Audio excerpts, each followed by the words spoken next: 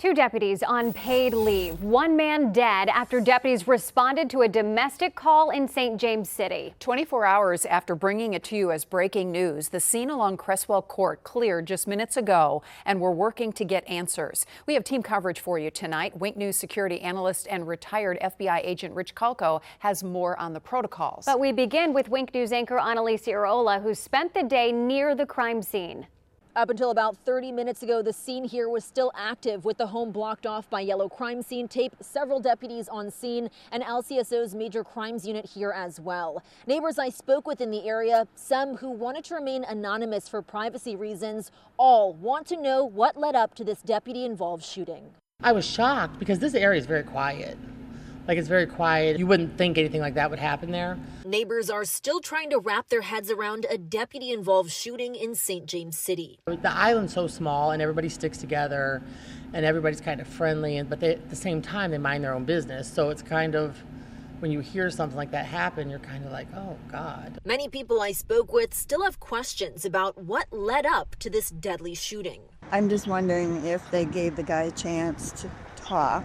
What was his mental state at the time? You know, did he come out roaring with his gun and that's why they had to shoot him? Or did they even give him a chance? The Lee County Sheriff's Office says deputies responded to the home for an active domestic violence investigation. When deputies arrived on scene, they were met by the suspect who armed himself with a firearm. Due to the immediate threat, the suspect was met with lethal force, ultimately killing the suspect. You know, at that point, the deputy had a job to do, but at the same time, somebody's burying their son, their husband. It's a no-win for anybody involved. It's very sad. LCSO says no deputies were hurt in the shooting, but the community is still looking for more answers and for healing for everyone involved. It's so sad for everybody, but hopefully everybody can just heal and process what happened and, forgive both sides, just forgiveness and peace and understanding because it's terrible.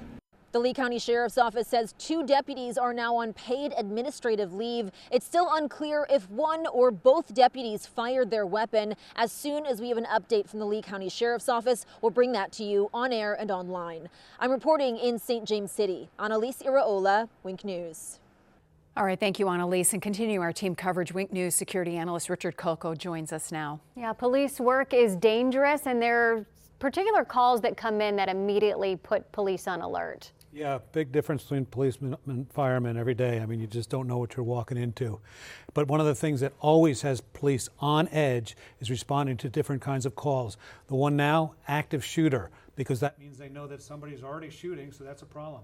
What used to be number one and is still way out there because it happens so much more often than an active shooter is a domestic disturbance call like we had yesterday. And of course, traffic stops. You think of police officers just pulling over cars on dark roads, middle of the night, not knowing what they're going to see there. Very, very dangerous. So, Rich, these deputies walked onto the scene in St. James City yesterday. They recognized that danger right away and the domestic violence call. What makes domestic violence calls different than some of the other ones they deal with? The uncertainty. All domestic calls are uncertain. They just are often repeat calls. They know they've been there, and you know it's a high emotion if it's time that they've already called the police. And typically they're going to somebody's house, so that means they know the layout of the home. It's their house. They know what's in there. These calls are completely unpredictable. There's often a history of violence, and then of course there's always the possibility of weapons, as we saw yesterday. Law enforcement may not see or know those weapons, and lately there have been several domestic calls we've heard about throughout the country which were actually set up as ambushes of police, so you can see why they are always on edge for these kind of calls. But at the end of the day, training, communications, and any intelligence they can get about that situation that comes in from that 911 call, that can help police in these situations. Hopefully they want to have time to de-escalate. They didn't yesterday, as we saw, but police always know that action is going to be reaction. We heard one of the commenters there say, why didn't they give that person a chance? They come out with a gun. Police, there isn't that opportunity to give them a chance. You can't wait till they shoot at you first. Just a very dangerous and as another commenter said, just a very sad and unfortunate situation. All right. Thank you, Rich.